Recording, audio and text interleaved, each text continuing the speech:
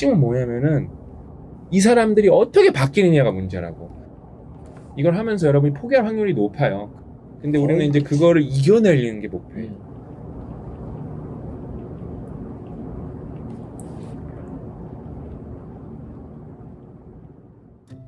드디어 저희의 총 역량이 집결된 다이어리가 세상 밖으로 나왔습니다. 저희 커머스 브랜드가 이제 오로다인데 이 오로다 브랜드에서 저희 다이어리 플랜두시 다이어리가 나왔습니다. 진짜로 모든 PD들이 참여해갖고 이 자기 개발의 끝판왕들이 참여해서 만든 거라서 제가 딱 진짜 제품이 나왔을 때 진짜 잘 만들었다. 이거보다 완벽할 수가 없다. 외지도 이탈리아산이고 아주 정말 고급스럽고 그 다음에 실제 안에 이제 내지 같은 경우는 저희가 이거를 이 디자인을 특허청에 등록을 했어요. 이제 이 디자인은 딱 저희밖에 못 씁니다. 근데 저희는 이제 데일리 리포트에 최적화된 다이어리거든요. 데일리 리포트라는 거는 제가 뭐 혼자 쓴 건 아니고 비슷하게 쓰시는 분들이 많아요. 근데 저는 그걸 누구한테 이렇게 배워서 쓴 게 아니라 제 스스로 이렇게 살면 안 되겠다는 어떤 계기가 생겨서 대학원에서부터 그렇게 쓰기 시작한 거거든요. 그렇게 해서 저는 멘토링 프로젝트도 기업에서도 해보고 우리 자체적으로도 해보고 수십 명 기업까지 합치면 100명을 넘게 해봤는데 그 친구들이랑 8주 데일리 리포트 써보고 그다음에 뭐 저한테 데일리 리포트를 보낸 친구들도 많고 그거에 최적화된 게 이제 나와서 이거는 디자인 등록을 특허청에다 해야겠다. 우리의 고유의 디자인이기 때문에 그래서 한 거고 그러니까 이 데일리 리포트는 여러분 진짜 여러분이 인생에서 죽기 전에 한 번 정도는 써보면 좋은 프로젝트예요.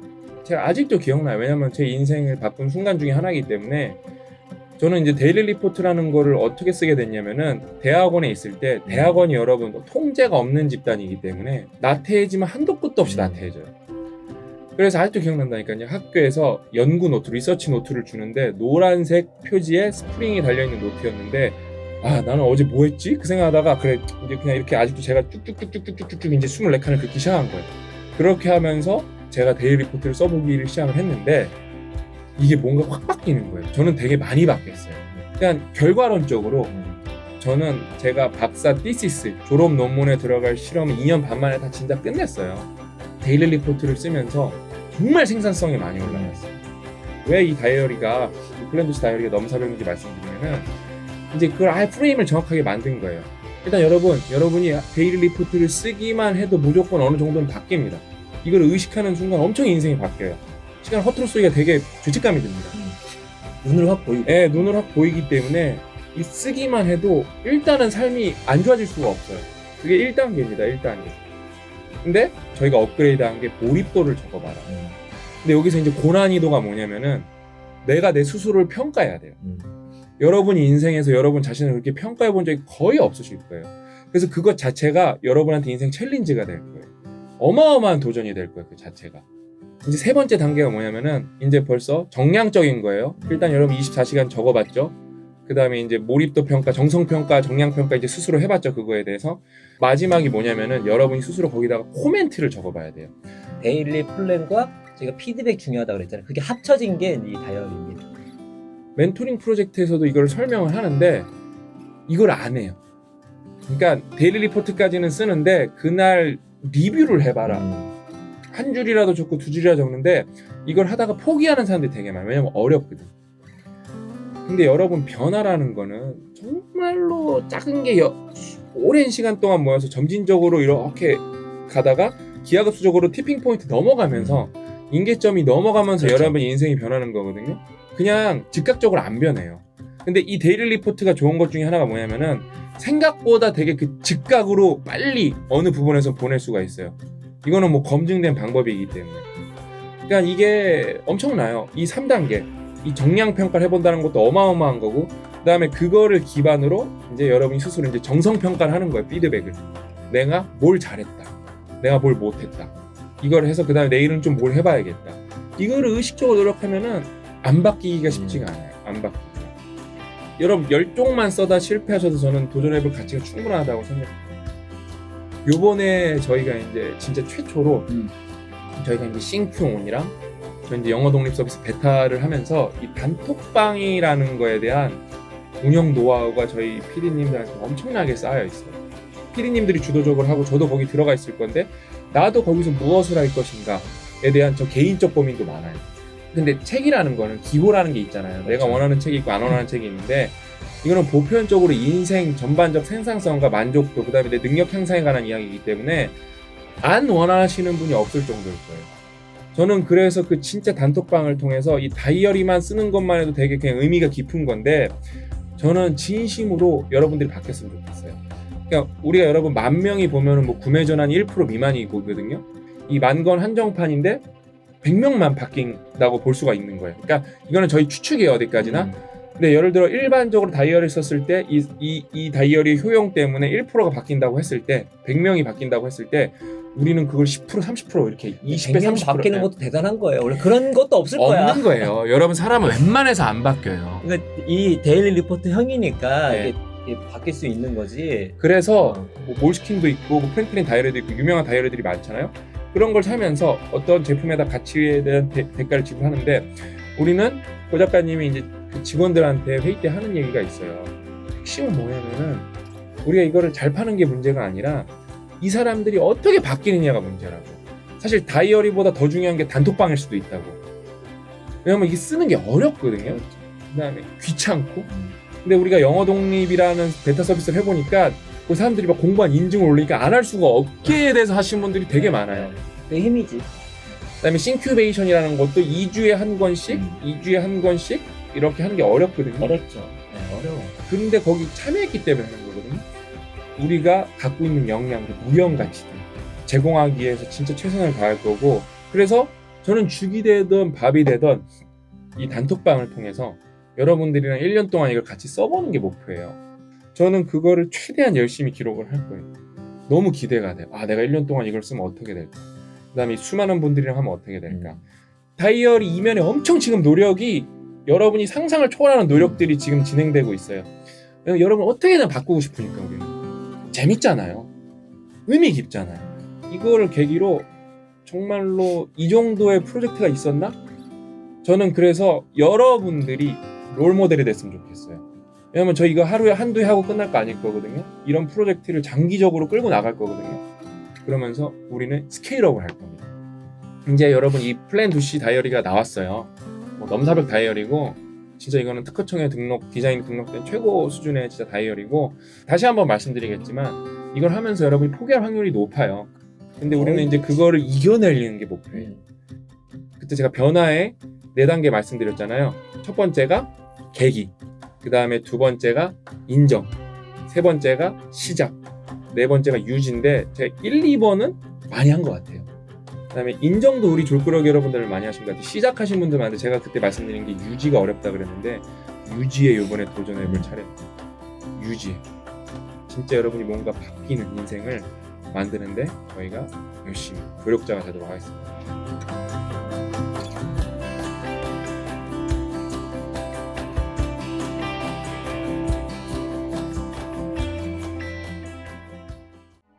저에게 플랜2C 다이어리는 거울이라고 생각해요. 거울을 보면은 나의 모든 것을 다 볼 수 있잖아요. 플랜2C 다이어리를 쓰면 내가 하루를 어떻게 사는지 100% 볼 수 있다고 생각하거든요. 데일리 리포트가 뭐예요? 데일리 리포트를 왜 하는 거예요? 데일리 리포트 어떻게 쓰나요? 그럼 데일리 리포트 쓰면 뭐가 좋은데요? 직장인들은 어떻게 써야 되나요? 연PD는 아직도 데일리 리포트를 쓰나요?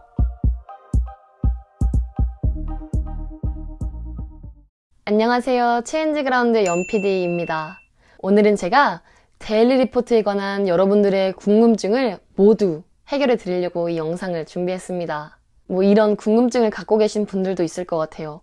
하고 많은 PD들 중에 왜 연PD가 데일리 리포트에 관한 영상을 소개하느냐? 그 이유를 말씀드릴 것 같으면 제가 2016년도 말에 신 박사님의 강연을 듣고 왜 안 바뀔까요? 더 나은 사람이 되고 싶은데 왜 더 나은 사람이 안 될까요? 그리고 이 책 완공을 읽고 2017년도 1월 한 달 동안 데일리 리포트를 작성하기 시작했습니다. 그래서 글을 통해 변화한 점들을 제 블로그에 후기로 남겼고 그로 인해서 신 박사님과 연이 닿게 되었어요. 제 삶에 큰 변화를 가져오면서 계속하고 있어요. 어제도 했고 오늘도 할 거고 앞으로도 계속 할 거예요. 제가 그동안 이렇게 데일리 리포트를 작성했는데 결론적으로만 말하면 이 데일리 리포트 덕분에 체인지 그라운드에 입사하게 되었습니다.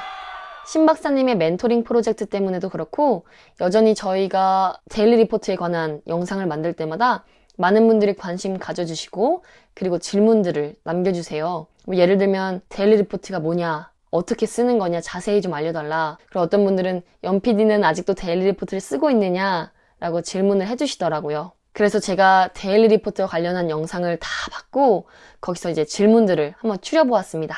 그래서 오늘은 데일리 리포트 A부터 Z까지 모두 알려드린 영상, 여러분들의 궁금증을 속 시원하게 해주는 영상을 준비해보았어요.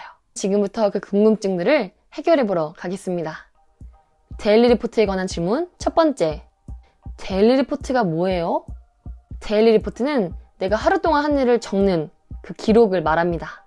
질문 두 번째, 데일리 리포트를 왜 하는 거예요? 이 질문은 두 가지로 답변을 할 수가 있을 것 같아요. 첫 번째는 저를 포함한 많은 사람들이 큰 꿈이 있고 이루고자 하는 목표가 있어요. 하지만 사람들의 말을 들어보면 하고 싶은 건 많은데 시간이 없다 라고 말씀들을 하시거든요. 그런데 데일리 리포트를 작성하다 보면 내가 정말 시간이 없는 건지 확인할 수 있게 해줍니다. 그리고 데일리 리포트를 작성하는 두 번째 이유는 공부와 일의 몰입도를 높여주기 때문입니다. 이건 제가 다음 질문에서 더 자세하게 설명해 드릴게요. 질문 세 번째, 데일리 리포트 어떻게 쓰나요? 이것도 두 단계로 설명드릴 수 있을 것 같아요. 첫 단계는 내가 매 시간마다 무엇을 했는지 적으면 됩니다. 공부를 했으면 공부를 적고, 공부를 하다가 유튜브를 봤으면 공부, 유튜브를 적으면 됩니다. 근데 적을 때 구체적이면 구체적일수록 더 좋아요. 예를 들어 공부를 했으면 어떤 특정한 공부, 뭐 어디 파트만, 이런 식으로요. 그리고 두 번째 단계, 내가 이렇게 할 일을 적은 것 옆에 몰입 정도를 평가하면 됩니다. 저는 상, 중, 하로 평가했는데요. 누가 봐도 정말 열심히 했다 하면 상, 중간, 안 한 것도 아니고 너무 잘한 것도 아니면 중, 그리고 딴짓을 했거나 집중을 전혀 못했으면 이제 하라고 적는 거죠. 이런 식으로 매 시간마다 매일매일 적으면 됩니다. 질문 네 번째, 그럼 데일리 리포트 쓰면 뭐가 좋은데요? 첫 번째는 내가 시간을 얼마나 낭비하고 있는지 확인할 수 있어요. 말로는 시간이 부족하다 했는데 이렇게 적어보면 내가 페이스북과 유튜브에 이렇게 많은 시간을 투자했구나 라는 걸 알게 됩니다. 두 번째는 내 몰입 정도를 파악할 수 있어요. 특히나 어떤 시간대에 몰입을 더 잘하고 어떤 일이나 공부를 할 때 몰입이 더 잘 되는지, 그렇게 해가지고 이제 나중에 계획을 짤 때 더 효율적으로 짤 수가 있죠. 세 번째, 아까 제가 몰입 정도를 적는다고 했잖아요. 상, 중, 하로. 네, 이렇게 적다 보면 중, 하가 많은 날은 제 가슴이 되게 씁쓸해요. 내가 이것밖에 못했나? 난 이거밖에 안 되는 사람인가? 그래서 이거를 상으로 채우기 위해서 더 집중하고 더 몰입합니다. 그러니까 당연히 나중에는 결과가 더 좋을 수밖에 없겠죠? 그리고 가끔 그런 질문을 해주시는 분들이 있어요. 매 시간마다 적어야 되는 건 알겠는데 그러면 한 시간마다 뭐 대중교통에 있으면 가방에서 다이어리 꺼내서 적어야 하나요? 아니요, 여러분, 우리에게는 핸드폰이 있습니다. 한 시간마다 그냥 핸드폰에 적어 놓으세요. 적고 평가하고, 그리고 나서 밤에 적어 놓으시면 됩니다. 어렵지 않죠? 그리고 데일리 리포트를 적을 때 정말 중요한 것, 적는 것도 중요하지만 반성하는 시간, 피드백 갖는 시간을 갖는 게 진짜 중요합니다. 심지어 못한 것뿐만 아니라 잘한 것도 반성하는 시간을 가져야 합니다. 저 같은 경우에는 뭐 매일매일 그날 밤에 반성을 했고, 그리고 그걸 모아서 일주일 단위로 반성의 시간을 갖고, 또 이걸 더 크게 모아서 한 달의 시간을 반성하는 그 시간을 가지기도 했습니다. 그러다 보니까 내가 어떤 일을 그동안 못했고, 이 공통적으로 겹치더라고요. 내가 한 달 동안 못한 일들이.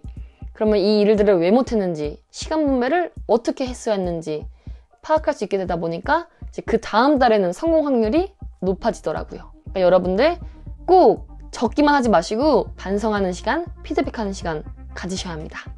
질문 다섯 번째. 그래, 데일리 리포트 좋은 건 알겠어요. 근데 직장인들은 어떻게 써야 되나요? 이런 고민을 하시는 분들을 위해서 저희가 또 영상을 준비했죠. 대교의 한 직원분이 업무를 하면서 어떻게 데일리 리포트를 적었는지 아주 상세하게 설명해 주시는데요. 여기 영상 카드 뜨죠? 직장인분들은 이 영상을 꼭 보시고 회사를 다닐 땐 어떤 식으로 데일리 리포트를 작성해야 되는지 꼭 그 팁을 얻어가 보세요. 질문 6번째. 그렇게까지 하면 행복하세요? 진짜 불쌍하다. 실제로 제 블로그 댓글과 그리고 페이스북 댓글로 이런 코멘트를 달아주신 분들이 있었어요. 근데 이 질문에 관해서는 어디에 초점을 맞추느냐, 행복에 대한 정의를 어디에 두느냐에 따라서 그게 달라질 것 같아요, 답변이. 예를 들어 친구랑 만나서 술 먹고 놀고 뭐 밤 새워서 시간 보내고 하는 게 행복인 사람들한테는 이 데일리 리포트 쓰고 막 집중하고 몰입하는 게 고통스러운 일일 수도 있어요. 하지만 내가 원하는 꿈, 이루고자 하는 목표에 초점을 맞추고 그 꿈을 이뤄가는 과정이 행복이라고 생각하면 전혀 불행하지 않습니다. 그리고 1년의 시간 동안 이렇게 적고 그리고 되돌아보니까 여기서 얻는 행복이 어마어마하더라고요. 물론 되게 힘든 과정입니다. 하지만 그렇게 힘들지만 성장하는 기쁨은 돈을 주고도 살 수가 없죠. 자, 질문 7번째. 너무 빡빡하게 살려고 하니까 번아웃이 옵니다. 여러분, 쉬세요. 책 완벽한 공부법에도 나와 있지만 휴식이 진짜 중요합니다. 데일리 리포트가 꿈을 위해서 하루 종일 1년 내내 평생 공부랑 일만 하라는 게 아니에요. 내가 얼마나 시간을 낭비하고 있는지 파악해보고 깨어있는 시간 동안, 공부하고 있는 시간 동안 최대한 집중을 이끌어내기 위해서 데일리 리포트를 작성하는 거랍니다. 그러니 공부나 일을 할 때는 알차게 열심히 하시고 쉴 때는 푹 쉬세요. 질문 8번째. 연PD는 아직도 데일리 리포트를 쓰나요? 두구두구두구두구두구. 저는 데일리 리포트를 안 씁니다. 어제도 했고 오늘도 할 거고 앞으로도 계속 할 거예요. 앞으로도 계속 할 거예요. 대신 이제 다른 거를 쓰고 있는데요. 업무 일지를 저희 회사에서는 적고 있고 그래서 매 시간마다 저는 제가 뭐 하는지를 파악을 하고 그 다음에 데일리 플랜을 적고 있습니다. 그러면 데일리 리포트만 소개해드릴 수는 없죠. 데일리 플랜도 설명해드리려고 하는데요. 데일리 플랜은 이 책 뼈 있는 아무 말 대잔치에 되게 자세하게 나와 있는데 간단하게 핵심만 말하면 매일 할 일을 적는 거예요. 한 일을 적는 게 아니라 할 일을 적는 거죠. 할 일을 적는다고 실제로 하게 되냐라고 물어보시는 분들이 있는데 연구를 통해서 쓰는 것만으로도 그 일을 할 확률이 아주 높아졌음이 밝혀졌어요. 데일리 플랜 어떻게 쓰냐면요. 내가 할 일을 적으면 돼요. 근데 구체적이면 구체적일수록 좋고요. 당일 아침에 이 데일리 플랜을 적는 사람들도 있지만 저는 그 전날에 미리 적어놓는 편입니다. 그 다음에 우선순위를 정하는 거예요. 첫 번째는 뭘 하고 두 번째는 뭘 하고 이런 식으로요. 그리고 일을 완료했으면 체크 표시를 한다던가 아니면 이제 짝대기를 지우고 이렇게 할 수도 있겠죠. 네, 그래서 제가 데일리 플랜을 적고 있는데요. 이런 식으로 적고 있는데 엉망진창 같아 보이지만 엉망진창이 아니고 정말 체계적이게 잘 짜있고 제가 하면서 맨날 지워가지고 이렇게 지저분해진 거예요. 근데 저는 그래서 업무일지랑 데일리 플랜을 지금은 활용하고 있습니다. 데일리 플랜 하면 어떤 효과가 있을까요? 첫 번째는 우선순위가 눈에 보이기 때문에 내가 먼저 급하게 처리해야 되는 일이 무엇인지 알 수 있습니다. 특히 직장인들의 경우에는 업무 전화나 메일 같은 걸 많이 하다 보면 집중력이 흐트러지는 경우가 많은데요. 데일리 플랜 있으면 하다가도 바로 와서 내가 뭘 해야 되는지 알 수 있어요. 두 번째는 내가 이렇게 직접 플랜을 세웠기 때문에 왜 이 세운 플랜을 못했는지, 이행을 못했는지 반성할 수 있겠죠. 그래서 너무 내가 무리해서 짠 건 아닌지, 내 메타인지가 낮은 건 아닌지 그런 것도 확인할 수 있습니다. 데일리 플랜을 작성하실 때는 처음부터 실천 확률을 100%로 잡지 말고 어제보다는 확률을 좀 높인다 라는 생각으로 하시면 돼요. 왜냐면 일상생활에서는 더 긴급한 일이 발생하기도 하고 그리고 통제할 수 없는 일이 나타나기 때문에 무조건 다 실행할 수 없는 게 현실이기도 하니까요. 그래서 제가 이렇게 영상을 준비하면서 생각해보니까 결론을 말씀드리면 데일리 리포트가 중요한지 데일리 플랜이 중요한지 그거는 따지는 게 별로 중요한 것 같진 않아요. 물론 둘 다 같이 하면 가장 좋겠지만 나에게 맞는 효율적이고 효과적인 방법을 하면 됩니다. 가장 중요한 것은 내 삶을 기록한다는 그 자체이고, 그리고 기록을 하면서 내 꿈에 점점 가까워지게 된다는 사실입니다. 그러니 여러분, 데일리 리포트, 데일리 플랜 딱 2주만, 아니 딱 1주만 해보세요. 그리고 깨어있는 시간 동안 시간을 낭비하지 않고 완벽한 하루를 만들기 위해서 한번 최선을 다해보세요. 데일리 리포트와 데일리 플랜, 그리고 꿈과 목표에 관해 더 궁금한 것들이 있다면 책 완벽한 공부법, 그리고 뼈있는 나무알 대잔치, 이 책을 꼭 읽어보세요. 네, 데일리 리포트, 데일리 플랜에 관한 영상은 여기까지고요. 여러분만의 데일리 리포트, 데일리 플랜 노하우가 있다면 댓글로 꼭 달아주세요. 그리고 이번 기회에 한번 도전해보고 싶은 분들 있으면 밑에 댓글로 다짐을 남겨주세요. 네, 오늘 영상은 여기까지고요. 마지막으로 여러분, 이거 하나 꼭 기억하시기 바랍니다. 일단 적기 시작하면 변화는 무조건 옵니다. 바꾸고 싶다면 어떻게 하라? 적어라. 그 다음에 그냥 적지 말고 어떻게 적어라? 구체적으로 적어라. 그냥 믿고 해보세요. 바뀝니다.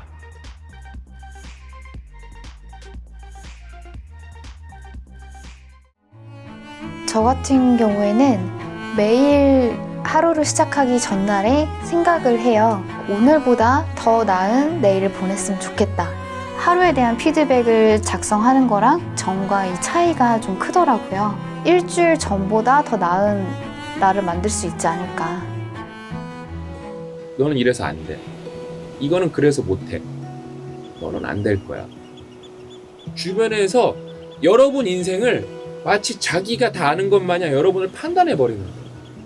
그냥 내 의지와 상관없이 환경 때문에 우리는 학습된 무기력에 이렇게 빠지는 경우가 많아요. 근데 이 친구는 그거를 뭐로 깼었었냐?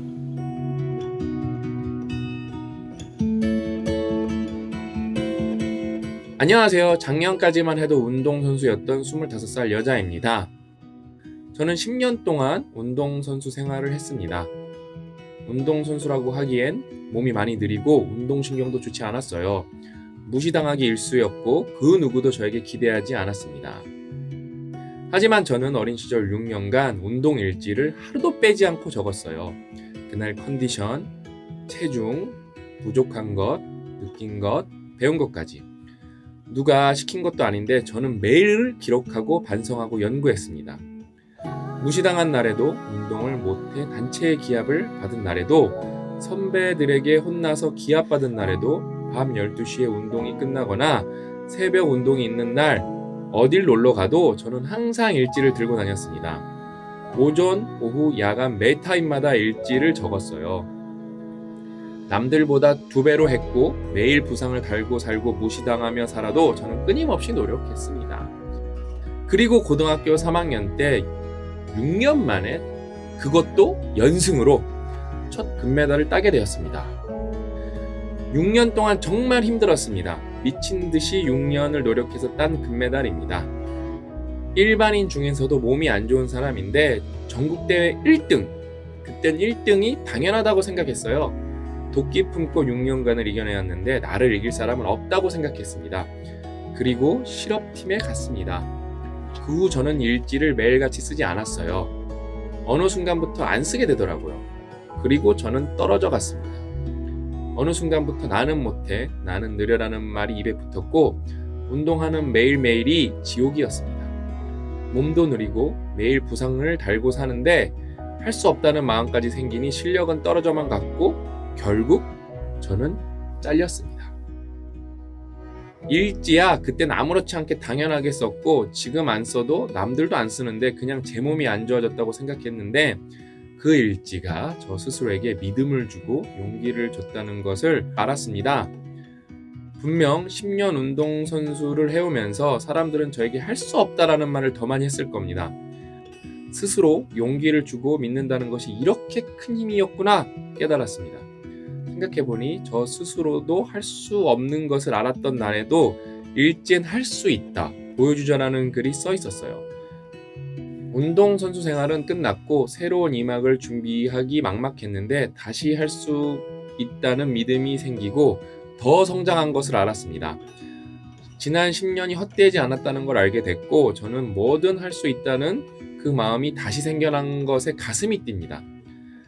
오늘부터 다시 일지를 적어보려고 합니다. 그때 내가 할 수 있었던 것처럼 지금의 나도 할 수 있다. 남들보다 부족하다 생각하면 남들보다 더하면 되고 남들이 안 믿어주면 내가 믿어주면 되는데 가장 중요한 걸 까먹고 살았던 것 같아요. 다시 알게 해주셔서 감사합니다. 대단하죠? 그러니까 우리도 여러분 살아가면서 안 된다는 말을 사실 더 많이 듣거든요. 너는 안 될 거야. 너는 이래서 안 돼. 이거는 그래서 못해. 이런 말을 더 듣거든. 그래서 그냥 내 의지와 상관없이 환경 때문에 우리는 학습된 무기력에 이렇게 빠지는 경우가 많아요. 그냥 안 된다고 하니까 뭘 해도 최선을 다 안 하게 되고 그냥 어영부영하게 되고 그러다 보니까 실패하게 되고 실패가 누적이 되다 보니까 학습된 무기력에 빠지고 그러니까 이 학습된 무기력이 정말 무서운데 그 시작 중에 하나가 뭐냐면은 주변에서 여러분 인생을 마치 자기가 다 아는 것 마냥 여러분을 판단해 버리는 거예요. 근데 이 친구는 그거를 뭐로 깼었었냐? 데일리 리포트. 데일리 리포트로 그거를 깼었던 거예요. 누가 누구에게 믿음을 줬던 거예요? 자기가 자기 자신에게. 이 데일리 리포트는 제가 실제로 이거를 6주 이상 쓴 거를 지켜본 분이 진짜 미니멈 100명이 넘어요. 제가 멘토링 프로젝트도 일반인들에게도 했고 제가 기업에서도 의뢰를 받아서 오래 진행했기 때문에 100분이 넘는데 제가 인사 담당자분들한테 제가 조금 몇 기수 해보고 깨달은 점이 있어서 말씀드린 게 있었어요. 이거 부작용이 좀 있더라. 이거를 제대로 해서 깨우친 친구들은 자기 인생 찾아서 이직을 하거나 퇴사를 하더라. 그거 감당이 되시겠느냐? 제가 그렇게 말했어요. 아니면 그런 인재를 잡을 수 있는 역량이 있냐 이 회사는. 그러니까 인사 담당자가 키득키득거리면서 아유 그러면 너무 좋겠네요 했어요. 실제로 그걸로 깨우친 분들이 20명 중에 2명이 퇴사를 했어요. 한 명은 이직을 했고 한 명은 자기 일을 하겠다고 퇴사를 하셨어요. 너무 감사하다고. 그 다음에 제가 거기서 좀 알게 된 인재분들은 거기 의사결정권자분들한테 아 이분은 똑똑도 하고 잘 눈여겨봤으면 좋겠다 라고 제가 건의를 드렸던 분이 있어요. 실제로 몇 년 있다가 한 1년 있다가 회사 다니면서 노무사 준비해서 노무사 합격해갖고 또 퇴사하시고. 그러니까 이 데일리 리포트가 여러분 엄청 무서워요. 많은 분들이 써보시고 이게 얼마나 도움이 되는지 느껴보셨을 거예요. 이게 뭐 혼자 이렇게 써보시면 되는 거예요. 근데 그런 분들이 있어요. 썼는데 아무런 효과가 없었다. 그분들은 진짜 말 그대로 그냥 글자만 쓴 거예요. 이분이 오늘 말씀해 주셨잖아요. 내가 배운 것, 느낀 것, 심지어 체중 이렇게 꼼꼼히 적으면서 고민과 연구를 해야 되는데 이것만 쓰면 저절로 내가 바뀌겠지. 안 바뀝니다. 그 다음에 내 하루의 만족도는 나만 아는 거거든요. 그 만족도를 접어가면서 데일리 리포트를 여러분이 제대로 좀 꾸준히 써보면은 엄청나게 도움이 됩니다. 저도 누가한테 배운 게 아니고 박사과정 이대로 가면 망하겠다 그래서 아직도 기억난다니까요. 싱가포르 국립대에서 학교에서 나눠주는 노란색 표지에 플라스틱 스포닝으로 감겨있는 연구 노트에 제가 세미나를 듣다가 아 그냥 이렇게 살면 안 되겠다 그래서 한쪽을 쭉 그어갖고 24칸을 나눠서 그냥 적어보기 시작한 거예요. 그게 엄청나게 도움이 된 거예요. 아까 제가 말씀드렸죠? 그냥 적기만 하면 안 돼요. 노력을 하고 스스로 셀프 피드백을 줘야 돼요. 셀프 피드백. 그러면서 아까 이 친구가 말했던 것처럼 고민과 연구의 과정이 있으면은 여러분이 정도의 차이만 있지 무조건 좋아진다. 1시간 단위로 꼭 쓰시고 자기 평가를 스스로 하시고 반성을 하고 그거를 이제 실천해 보려고 노력을 하세요. 그렇게만 해봐도 안 바뀌기가 쉽지가 않아요. 그렇죠. 우리가 살면서 시간은 계속 흘러가고 있는데 과연 이 시간이 흘러간다에 대한 인지를 하고 있는 사람이 진짜 몇이나 있을까? 거의 없는데 여러분 인생은 유한합니다. 여러분이 이렇게 뭔가를 하고 있을 때 시간은 계속 흘러가고 뭐 제가 볼 때 인생을 얼마나 잘 살았냐는 뭐 여러 가지 기준이 있겠지만 이 유한한 시간을 얼마나 알차게 썼냐가 큰 기준이 아닐까 생각합니다. 꼭 인생이 조금 더 밀도 있게 꽉 찬 인생이 되시면 좋겠습니다.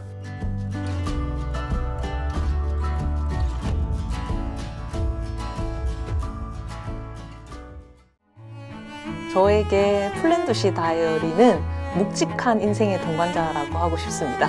가방에서 가장 먼저 찾게 되는 친구. 저희 나태함도 있고 저희 부지런함도 있고 저희 모든 것이 담겨있는, 어쩌다 보니 인생의 동반자가 된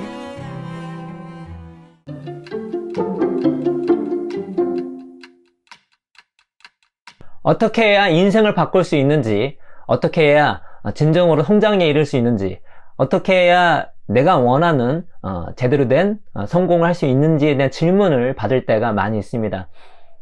제가 그분들께 정답을 드릴 수는 없습니다. 왜냐하면 각자마다 처한 상황과 맥락이 다르기 때문에 제가 어떤 솔루션을 내어도 그분들에게 정답이 될 수가 없겠죠. 대신 그때는 제 얘기를 해드립니다. 제가 인생을 바꾸게 된 계기, 그리고 제가 진정으로 느꼈던 이게 성장이구나, 그리고 이게 성공으로 가는 길이구나.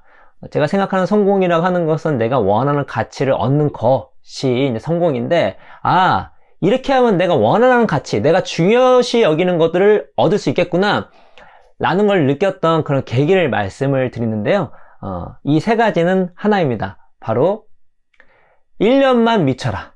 1년만 미쳐. 그래서 그분들께 한 1년만 미쳐 보십시오 라는 이제 말씀을 드리는데, 그때마다 아쉬운 게 있었습니다. 왜냐하면 그 1년 동안 치열하게 미친 듯이 사는 게 쉽지가 않아요.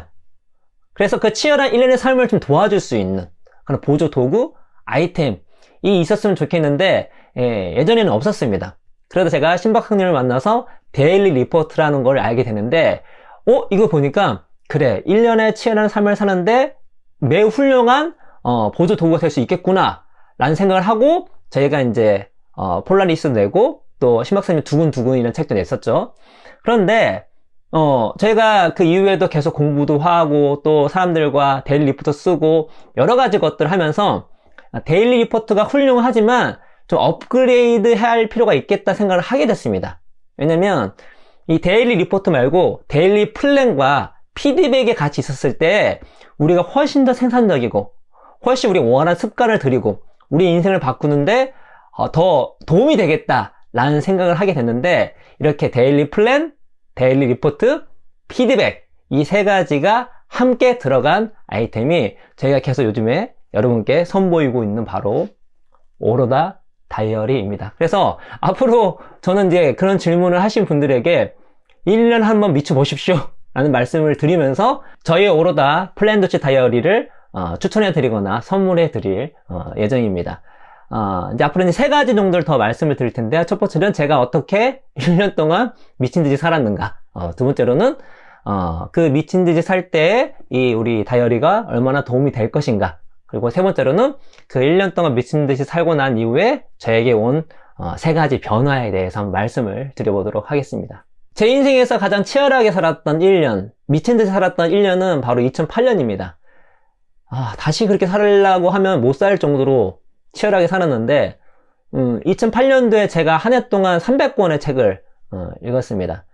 그리고 반년 이상은 그 300권의 책을 읽으면서 일주일에 글을 한 4편에서 5편을 썼던 것 같아요. 공개적 글쓰기를 했습니다. 그리고 제가 그때가 백수가 아니었어요. 그때 2008년도에 제가 취직을 합니다. 2007년도 말인가? 그랬을 거예요. 취직을 해서 아침 7시부터 저녁 오후 5시까지 근무를 해요. 그리고 제가 다녔던 회사가 국제경제와 관련된 것이었는데 그 당시에 이제 업무가 계속 있었던 게 아니라 좀 효율화를 시킬 수 있었어요. 그래서 그 8시간 근무를 좀 효율화 시켜가지고 나머지 시간에 뭐 했었냐면 거기서 제가 하루에 기사를 한 200개 이상, 200기사 이상 읽었고요. 그리고 보고서를 한 3, 40개를 계속 읽었던 것 같습니다. 이게 이제 회사에서 제공해 주는 거였는데 제가 업무 효율을 좀 시켜가지고 남은 시간에 계속해서 그거를 읽었고요. 그리고 출퇴근 시간이 1시간 반 정도 됐거든요.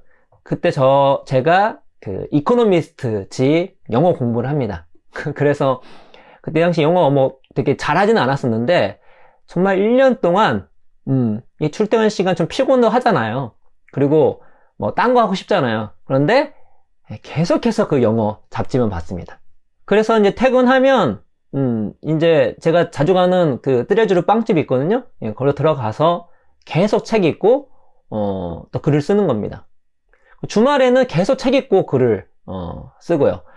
그렇게 제가 이제 1년을 지내왔는데, 그런데 뭐 처음부터 제 계획한 대로 산 건 아닙니다. 왜냐하면 일단 그렇게 열심히 살아본 적이 없어요.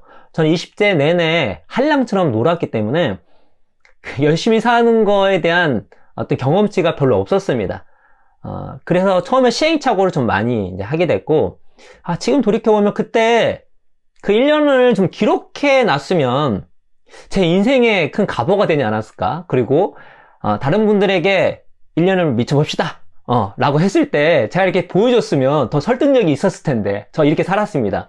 말만 하는 거니까 증거가 나오면 더 설득력이 있을 수 있는 거잖아요. 그런 것도 좀 아쉽고, 또 이따 말씀드릴 텐데, 아마 저희 오로더 다이어리처럼 데일리 플랜, 데일리 리포트, 피드백 구조로 돼 있었으면 아마 제가 지금 제 기억상으로 정말 치열하게 살았는데 더 정말 짜임새 있게, 또 제가 생각하는 것보다 많이 놀았을 수도 있어요.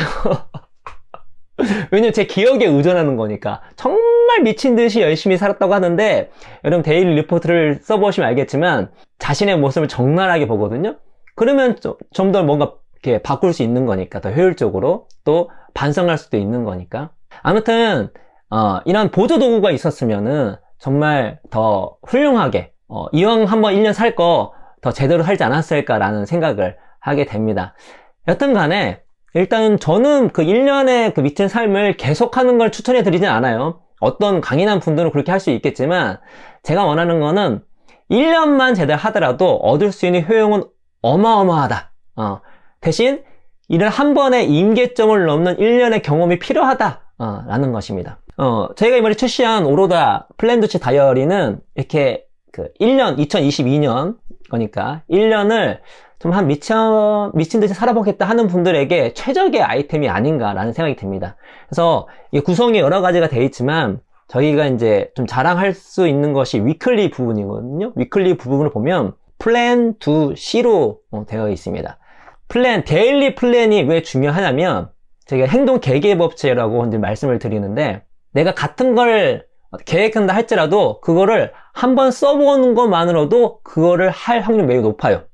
더 구체적으로 쓸수록 더 그 일을 할 확률이 높아지죠. 예를 들어서 내가 오늘 독서를 하겠다 라고 생각을 했어요. 하는 것보다 여기에 몇 시에 어디에서 무슨 책을 얼마나 읽겠다 라고 플랜을 적게 되면 그 행동을 할 확률이 매우 높아진다는 것이죠. 이게 이제 행동 계기의 법칙입니다. 그리고 이제 두 부분이 데일리 리포트 부분이거든요. 이때는 오늘 있었던 거를 시간 단위로 써보는 거예요. 그러면 앞부분 말씀드렸던 것처럼 메타인지가 높아집니다. 이런 분들이 있어요. 나 지금 매우 열심히 살고 있는데, 근데 데일리 리포트를 써보면 놀라게 됩니다. 나에게 이렇게 많은 시간이, 생각보다 많은 여유 시간이 있었구나. 그리고 내가 생각하는 것보다 내가 열심히 살았던 게 아니구나 라는 것들을 알게 됩니다. 이제 메타인지가 높아지게 되면 뭐죠? 더 나은 전략을 짤 수가 있는 것이죠. 이거는 뭐 인생을 살아가는 것뿐만 아니라 우리가 공부하거나 비즈니스 할 때도 매우 중요하죠. 데일리 리포트만큼 메타인지를 높여주는 게 없습니다.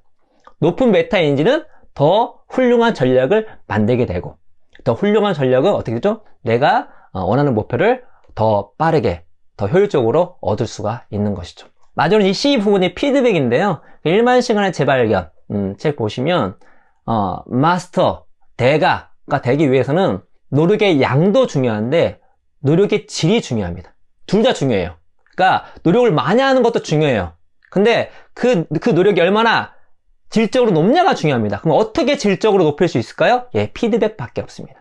그래서 베스트는 어떤 것이든 간에 전문가에게 피드백을 받는 게 중요해요. 그러면 매우 효율적이죠. 근데 항상 전문가한테 받을 수 없잖아요. 그래서 셀프 피드백이 매우 중요한 것입니다. 그래서 저희 다이어리를 플랜 2를 하잖아요. 그러면은 피드백 할 게 딱 보입니다. 오늘 계획을 세웠는데 그걸 얼마나 잘 지켰는지 안 지켰는지 바로 나올 수가 있고, 또 데일리 리포트를 썼기 때문에 오늘 하루를 어떻게 살았는지를 적나라하게 알게 돼요. 그래서 이 데이터를 근거로 어떻죠? 반성을 할 수 있고 피드백을 스스로에게 줄 수 있는 거죠. 스스로에게 피드백을 줄 수 있으면 이 열심히 한번 살아보겠다는 그 치열한 삶의 질이 높아지게 되는 거죠. 그러면 내가 같은 시간에 원하는 걸 더 빨리, 더 효율적으로, 또 제대로 얻을 수 있는 확률이 높아질 거라는 생각이 듭니다. 그래서 뭐 이 다이어리를 어떻게 쓰는지 또 내용에 대해서는 저희 상세 페이지나 또 많은 영상으로 올려드리니까 보시면서 활용하시되, 저는 1년을 한번 미친 듯이 살아보겠다 하신 분들에게 저희 오로다 플랜도시 다이어리만큼 훌륭한 보조 도구는 없다, 훌륭한 친구는 없다 라고 확신합니다. 제가 이제 1년 동안 미친 듯이 살고 난 후에 저에게 얻은 게 무엇이냐, 그야말로 제 인생이 바뀌었어요. 인생이 바뀌었는데, 좀 더 구체적으로 어떻게 인생이 바뀌게 되는가, 이제 3가지만, 좀 많습니다만 3가지만 추려서 여러분께 말씀드리도록 하겠습니다. 첫 번째는 제 마인드가 바뀌었습니다. 어떻게? 고정형 사고방식에서 성장형 사고방식. 이거는 제가 한 과정 보태서 10,000번 얘기한 것 같은데 10만 번 얘기해도 너무나 중요합니다. 제가 2007년 전까지 열심히 살아본 적도 별로 없고, 저는 대학교 중퇴를 했으니까, 중퇴가 제가 무슨 뭐 빌 게이츠나 마크 주크버그처럼 뭐 비즈니스를 막 하고 싶어, 그게 아니에요. 잘렸어요. 열심히 공부 안 해가지고 많이 노느라고. 그래서 제가 그전에는 이게 뭘 하다가 실패도 많이 하고, 또 제대로 하지 못한 게 많다 보니까 스스로 나는 이거는 못하는 사람, 한마디로 난 열심히 사는 사람은 아니야, 일단 한량이야, 뭐 이런 생각. 그리고 제가 독서도 좀 해보려 하다가 포기를 많이 했거든요. 뭐 독서를 잘하는 스타일도 아니야, 이건 나 거리가 멀어. 당연히 뭐 글쓰기 같은 경우도 뭐 상 받아본 적도 없고, 뭐 글쓰기를 뭐 엄청 잘한다 이런 얘기 들어보지 않았기 때문에 뭐 그쪽도 내 방면은 아니야, 뭐 이런 제 생각이 있었습니다. 그런데 제가 2008년도에 300권의 책을 읽거든요. 처음에는 못 느꼈었는데 이게 독서와 글쓰기를 계속 하면서 갑자기 이것 봐라, 나는 스스로 독서를 잘 하지 않는, 또 좋아하지 않는 사람이라고 규정하고 고정적으로 생각하고 있었는데 그게 아니었던 것이죠. 제가 한 번도 독서를 임계점을 넘으면서 해본 적이 없는 거였어요. 저는 독서할 수 있는 그런 존재였습니다. 물론 제가 이제 독서 관련된 책을 쓴 사람으로서, 또 공부를 좀 해본 사람으로서, 우리 뇌는 독서하는 뇌는 아닙니다. 독서가 쉽진 않아요. 근데 뇌의 가속수 때문에 독서는 뇌로 바뀔 수가 있어요. 우리 모두 다. 그래서 원래 우린 독서를 못하는 사람이 아니라는 것이죠. 뇌 가속수 때문에 우린 모두 다 독서하는 뇌가 바뀔 수 있는 거예요. 제가 산 증인입니다. 30살까지 거의 독서를 많이 하지도 않고 좋아하지도 않았는데 2008년 1년 동안에 제가 300권의 책을 읽은 거예요. 그러면서 제 마인드가 바뀌게 되죠. 내가 원래 못했던 게 아니었구나, 안 해서 못했던 거구나. 그러면 다른 것도 내가 뭐 메시나 뭐 김연아처럼 뭐 최정점은 아니겠지만 내가 하고자 하는 것들에 대해서 이렇게 열심히 노력하면 소기의 성과는 거둘 수 있겠구나 라는 생각으로, 그런 마인드로 바뀌게 됩니다. 다시 말해서 고정형 사고방식이 성장형 사고방식으로 바뀌는 그 드라마틱한 제 인생을 완전히 바꾼 한 해가 바로 2008년인 것이죠. 그래서 제가 나중에 이제 글을 쓰고 책을 썼을 때에도 비슷한 과정이었어요. 어떤 과정이었냐면, 전 그 당시만 하더라도 제가 제의가 들어왔을 때, 책을 씁시다 했을 때 뭐 내가 감히? 라는 생각을 하고 있었습니다. 작가가 된다는 생각을 한 번도 해본 적이 없어요. 그리고 그럴 실력과 자격이 없다고 제가 생각을 해왔는데 제의가 온 거예요. 출판사에서. 출판사에는 그렇게 판단을 하고 저한테 왔겠죠? 제가 처음에는 거절을 했습니다. 그런데 이 출판사에서는 고용성 예비 작가님 충분히 글을 쓸 수 있습니다 라고 오히려 저에게 얘기를 해주시는 거예요. 근데 참 이게 마인드라는 게, 제가 300권의 책을 쭉 읽어 나가면서 바뀌었다가 생각하는데 그게 확 바뀐 게 쉽지가 않았나 봐요. 독서는 할 수 있는데 어느 순간 책은 또 아니야, 또 이런 생각을 하고 있었던 거죠. 근데 그런 생각이 어렸었다는 거 다시 금방 깨닫게 됐습니다. 그래, 독서도 그렇게 했는데 제가 중간에 산티아고도 가거든요. 800km도 걸었는데 책 못 쓰겠냐 해서 제가 이제 책을 쓰게 되면서 작가로 데뷔를 하게 되는데, 아무튼 제가 2008년도 전과 후는 어떻게 바뀌냐면 고정형 사고방식에서 성장형 사고방식. 그전에는 나는 원래 이걸 못하는 사람, 이거는 해도 안 되는 것들, 이 되게 많은 사람에서 이거는 내가 못했던 거는 안 해서 못한 거야. 내가 하면 소개 성과는 거둘 수 있어. 내가 열심히 제대로 방법으로 하게 된다면 라는 생각으로 바뀌게 되면서 제 인생이 완전하게 바뀌게 됩니다. 그래서 정말 인생 바닥에서 이제 그 성장의 사고방식을 갖고 이제 기어 올라가기 이제 시작하게 되는 것이죠. 제가 1년을 그 미친 삶을 살면서 치아를 살면서 얻었던 두 번째는 뭐냐면 어마어마한 지적 성장과 지적 겸손입니다. 이 두 가지를 다 얻게 됐었어요. 가끔 너 젊을 때로 돌아가겠냐? 근데 저는 안 돌아가고 싶어요. 여러 가지 이유가 있습니다. 근데 일단은 저희는 저희 아이들 이렇게 보면서 이 아이들과 함께하는 이 시간이 너무 좋아가지고, 그런데 되게 큰 지분을 갖고 있는 게 뭐냐면 제 지적 수준이에요. 감히 2008년의 저와 2008년 후의 저의 지적 수준은 저 개인적으로는 아주 넘사 수준입니다. 근데 더 놀라운 건 뭐냐면요, 제가 2008년 전에 지적 수준이 빈곤했을 때 뭔가 또 뭐 어설프게 알아가지고 아는 척을 되게 많이 했다는 거예요. 물론 지금도 제가 이걸 지적 겸손하려고 노력하지만 그렇지 못한 부분이 충분히 있습니다만, 제 과거를 쭉 봤을 때 2008년도 이후에도 좀 그런 모습이 있었지만, 그러나 그 전보다는 좀 봐줄 수 있어요. 그 전에는 진짜 아무것도 모르면서 되게 뭔가를 아는 척을 되게 많이 했었습니다. 지적 빈곤에 쩔었는데 그걸 아는 걸로 포장을 많이 했어요. 근데 제가 정말 공부를, 또 독서를, 또 글쓰기를, 또 여러 가지 경험을 하면서 배우면서 그전에는 가질 수 없었던 그야말로 지적 수준과 문제 해결 능력을 이제 갖게 되었습니다. 그리고 제가 그걸 알기 때문에 지금도 독서와 공부를 열심히 하는 이유입니다. 왜냐면 제가 또 이렇게 하게 되면 제가 40 지금 4인데 50, 60대는 지금보다 훨씬 더 성장해 있을 거거든요. 그게 보이거든요. 동시에 직접 겸손이 생깁니다. 제가 이제 항상 말씀드리지만 지식은 섬이라고 상상을 하십시오. 응? 섬이야. 근데 이 지식이 섬이 작잖아요. 그러면은 해안선이 작아서 세상에 그만큼인 것만 압니다. 근데 지식의 섬을 넓히면 어떻게 되죠? 해안선이 넓어지는 거예요. 이 지식의 섬이 넓어지면서 얼마나 넓은 세상에 있는 걸 알게 되는 것입니다. 그러면서 아이러니한 게 공부를 하면 할수록 내가 갖고 있는 지식이 이 세상에서 되게 빈곤하구나 라는 걸 알게 돼요. 부족하구나 라는 걸 알게 됩니다. 특별히 한 분야가 아니라 여러 분야를 공부하면 그게 더 느껴져요. 만약에 새로운 분야를 공부하기 시작하면 와, 이거는 뭐 그냥 내가 이쪽에서는 좀 많이 알았는데 이쪽에서 완전 초보야. 여기도 막 공부하는데 끝이 없어. 그러면서 와, 이게 또 다른 이 학문의 세계와 지식의 세계가 있구나. 많은 또 사람들이 이런 지식을 체계화시켰구나 라면서 감탄을 하게 됩니다. 그러면서 동시에 직접 겸손을 갖게 되는 것이죠. 그래서 1년에 미친 삶을 살면서 제가 경험했던 거는 뭐냐면 지적 성장과 직접 겸손. 이제 저는 이제 약간 그런 관련된 일을 하게 하다 보니까 한마디로 실력이 많이 늘었다는 것이죠. 실력을 늘 수 있는 토대를 마련했다라는 것이고요. 세 번째는 제가 직업을 얻었습니다.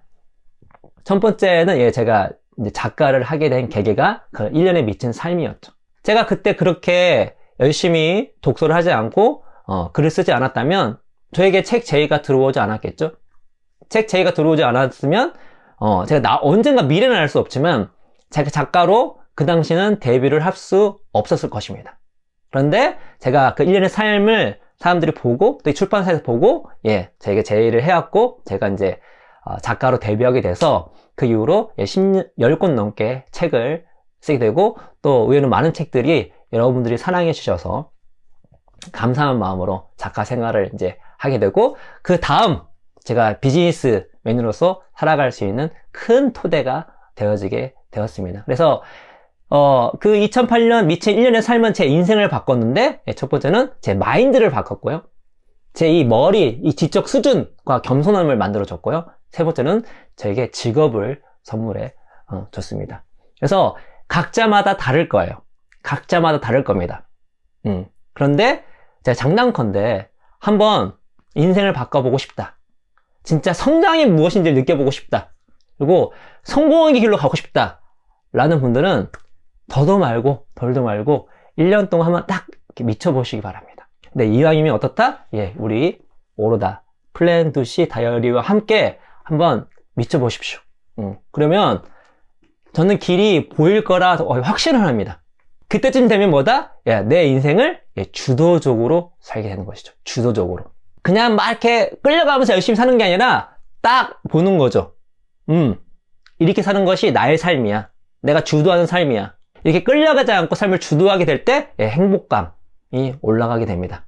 예, 행복은 주도성과 매우 밀접한 관계가 있거든요. 그래서 우리 구독자 여러분들 플랜2C 다이어리, 이 오로더 다이어리와 함께 1년 동안 한번 치열하게 살아보셔서 여러분의 인생을 바꿔보시고 진정한 성장이 뭔지 한번 느껴보시고 또 여러분이 원하는 가치를 얻기 위한 초석을 마련하는, 그러니까 성공을 하기 위한 기초를 다질 수 있는 그런 계기를 만들기를 간절히 바라면서 오늘 이야기는 이것으로 마치도록 하겠습니다. 여러분 감사합니다. 저에게 PDS 다이어리란 방향키다. 이 PDS 다이어리 자체가 메타인지를 높이는 데 정말 최고의 도구라고 생각이 들어요. 제 인생이라는 그런 이제 모험 같은 거를 그 목적지까지 달성할 수 있게끔 그 방향을 계속 이렇게 조절해주는 방향키인 것 같아요. 이게 2014년도에 제가 사용했던 다이어리인데요. 시침 시간, 기상 시간이라든지 또 그날 읽은 책들이라든지 또 이렇게 스페셜 메모 칸에는 한 달 안에만 끝내면 되는 일들이라든지 조금 더 중요한 내용들 기록을 해놓고 하나하나 해 나갔으면은 이렇게 지워 나갔었습니다. 매일매일 해야 될 일들을 적어 놓고 또 아래 남은 칸들에는 감사한 일이라든지 감사 일기를 적는 또 칸으로 사용을 했었고요. 이렇게 비교 분석을 해볼 수 있는 게 없다고 하면 그냥 사는 대로 생각할 수밖에 없는 것 같아요.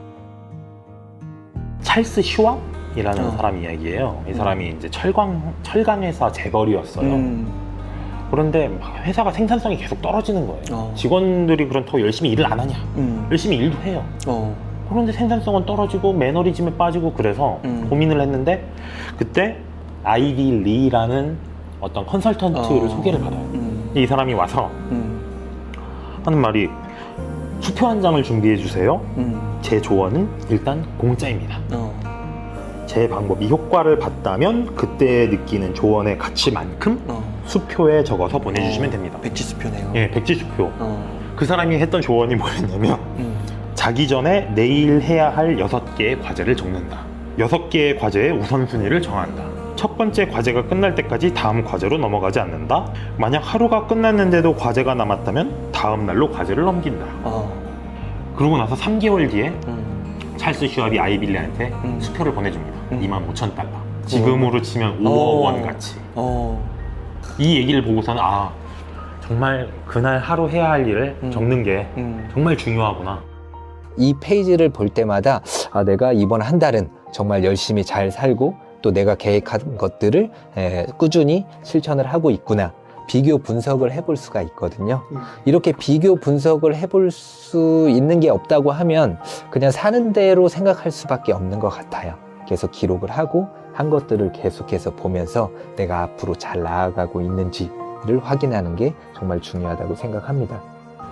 체인지 그라운드 PD로서 글을 쓰면서 한 번도 내 글이 마음에 든다라는 느낌을 못 느꼈었어요.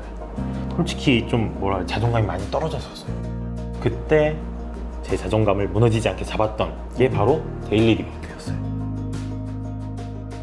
데일리 리포트가 뭐냐면 내가 한 일을 적는 거입니다. 이거를 매 시간마다 적어주시면 돼요. 데일리 리포트를 적으면 내가 시간을 얼마나 낭비하고 있는지 확인할 수 있습니다.